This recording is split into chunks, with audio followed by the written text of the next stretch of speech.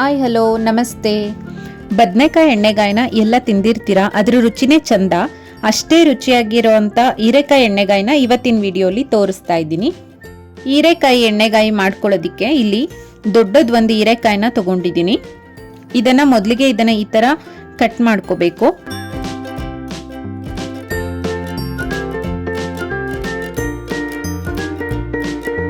ನಾವು ಬದನೆಕಾಯಿನ ಯಾವ ರೀತಿ ಕಟ್ ಮಾಡ್ಕೊಳ್ತೀವೋ ಅದೇ ರೀತಿ ಕಟ್ ಮಾಡಿ ಪೀಸಸ್ ಮಾಡ್ಕೊಂಡಿದ್ದೀನಿ.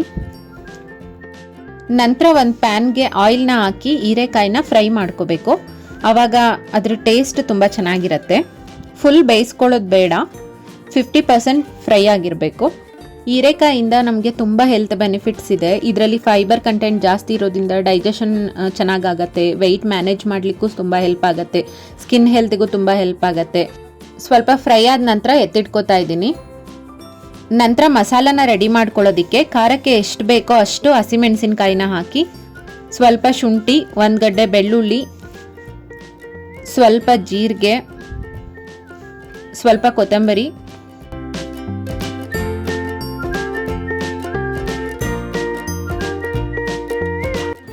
ಒಂದು ಸ್ಪೂನ್ ಅಷ್ಟು ಬಿಳಿ ಎಳ್ಳು ಮತ್ತು ಸ್ವಲ್ಪ ಫ್ರೈ ಮಾಡಿರೋ ಅಂಥ ಶೇಂಗಾನ ಹಾಕಿ ಫ್ರೈ ಮಾಡ್ಕೋಬೇಕು. ನಾವು ನಮ್ಮ ಫುಡ್ಡಲ್ಲಿ ಶೇಂಗಾ ಎಳ್ಳು ಎಲ್ಲ ಯೂಸ್ ಮಾಡಿ ಮಾಡಿರೋದ್ರಿಂದ ತುಂಬ ಹೆಲ್ತ್ ಬೆನಿಫಿಟ್ಸ್ ಇದೆ. ಶೇಂಗಾದಲ್ಲಿ ಪ್ರೋಟೀನ್ ಸಿಗತ್ತೆ, ಎಳ್ಳಿಂದ ಅಂತೂ ತುಂಬ ಬೆನಿಫಿಟ್ಸ್ ಇದೆ. ಪ್ರೋಟೀನ್ ಸಿಗತ್ತೆ, ಕೊಲೆಸ್ಟ್ರಾಲ್ ಕಡಿಮೆ ಮಾಡುತ್ತೆ, ಮತ್ತು ಕ್ಯಾನ್ಸರ್ ತಡೆಗಟ್ಟುತ್ತೆ, ಮತ್ತು ಹಾರ್ಟ್ಗೂ ತುಂಬ ಒಳ್ಳೆಯದು. ಇದೆಲ್ಲ ವಾರಕ್ಕೆ 2-3 ಬಾರಿ ತಗೊಳ್ಳೋದ್ರಿಂದ ದೇಹಕ್ಕೆ ತುಂಬ ಒಳ್ಳೆಯದು. ಸ್ವಲ್ಪ ತೆಂಗಿನಕಾಯಿ ತುರಿನ ಸೇರಿಸ್ಕೊಂಡಿದ್ದೀನಿ. ನೀವು ಒಣ ಕೊಬ್ಬರಿ ಬೇಕಂದರೆ ಸೇರಿಸ್ಕೋಬೋದು. ಕಾಯಿ ಇಷ್ಟ ಆಗಲ್ಲ ಅಂತಂದರೆ ಶೇಂಗಾನೇ ಸ್ವಲ್ಪ ಜಾಸ್ತಿ ತೊಗೊಳ್ಳಿ. ಫ್ರೈ ಮಾಡಿರೋ ಅಂಥ ಶೇಂಗಾ ಇರಲಿಲ್ಲ ಅಂತ ಹೇಳಿದ್ರೆ ನೀವು ಫಸ್ಟಲ್ಲೇ ಸ್ವಲ್ಪ ಶೇಂಗಾನ ಫ್ರೈ ಮಾಡಿಕೊಂಡು ಇನ್ನೆಲ್ಲ ಐಟಮ್ಸ್ನ ನೆಕ್ಸ್ಟಲ್ಲಿ ಫ್ರೈ ಮಾಡ್ಕೊಳ್ಳಿ. ಇದನ್ನು ಕೂಲ್ ಆಗೋದಕ್ಕೆ ಬಿಟ್ಟು ನಂತರ ರುಬ್ಕೋಬೇಕು. ರುಬ್ಬೋವಾಗ ಇದಕ್ಕೆ ಸ್ವಲ್ಪ ಹುಣಸೆ ಹಣ್ಣು, ಅರಿಶಿನ, ಸ್ವಲ್ಪ ಬೆಲ್ಲನ ಸೇರಿಸಿ ರುಬ್ಕೋಬೇಕು. ನಂತರ ಒಂದು ಪ್ಯಾನ್ಗೆ ಸ್ವಲ್ಪ ಆಯಿಲು, ಸಾಸಿವೆ, 1 ಹಿಡಿ ಕರಿಬೇವು, 2 ಮೀಡಿಯಮ್ ಸೈಜ್ ಆನಿಯನ್ನ ಕಟ್ ಮಾಡಿಬಿಟ್ಟು ಸೇರಿಸ್ಕೊಂಡಿದ್ದೀನಿ. ಸ್ವಲ್ಪ ಫ್ರೈ ಮಾಡಿಕೊಂಡು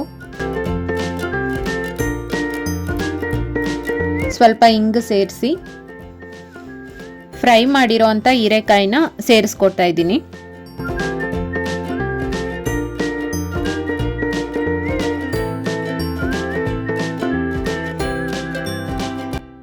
ರುಚಿಗೆ ತಕ್ಕಷ್ಟು ಉಪ್ಪನ್ನು ಸೇರಿಸ್ಕೊಂಡು ಸ್ವಲ್ಪ ಫ್ರೈ ಮಾಡಿಕೊಂಡು ಇದೆಲ್ಲ ಚೆನ್ನಾಗಿ ಫ್ರೈ ಆದ ನಂತರ ರುಬ್ಬಿರೋ ಅಂಥ ಮಸಾಲಾನ ಸೇರಿಸ್ಕೊತಾ ಇದ್ದೀನಿ.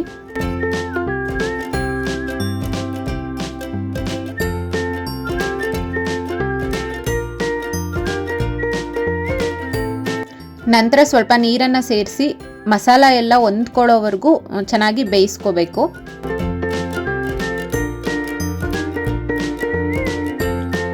ಲಾಸ್ಟಲ್ಲಿ ಇದಕ್ಕೆ ಅರ್ಧ ಸ್ಪೂನ್ ಅಷ್ಟು ಗರಂ ಮಸಾಲಾನ ಸೇರಿಸ್ಕೊಂಡು